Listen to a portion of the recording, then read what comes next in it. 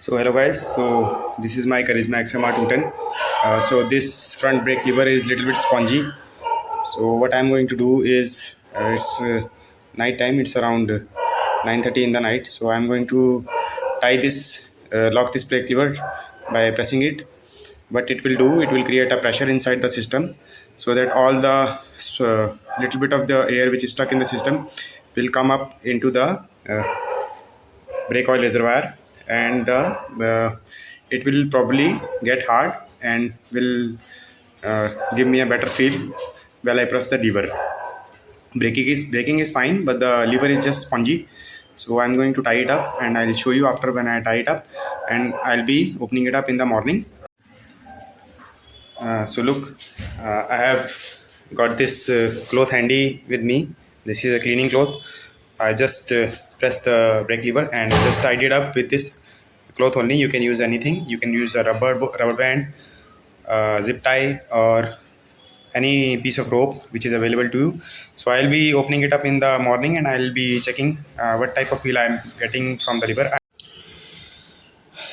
So guys, it is morning, uh, around 4 a.m. So it's been more than 6 hours that I have tied this lever with this piece of cloth to build some pressure. Let's see if it works or not. So to open it,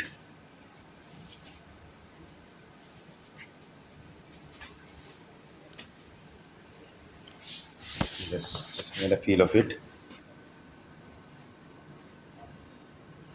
Yes, it is a little bit harder than before. So guys, I have ridden the motorcycle for around 15 kilometers after releasing the brake lever in the morning. So the feedback from the lever has definitely increased, not by much, but it has definitely increased. There is an improvement, and the uh, feel and the feedback has been improved. So this process has definitely worked. So what tying the brake lever for overnight has done, it has pressurized the brake system from the bottom. So all the air which were collected, which were trapped somewhere between the brake hose or the brake line, would have traveled to the top of the brake reservoir, and by doing so, it has improved the brake pressure, and the feel and the feedback of the lever has improved. I can definitely feel uh, a better feedback from the front brake.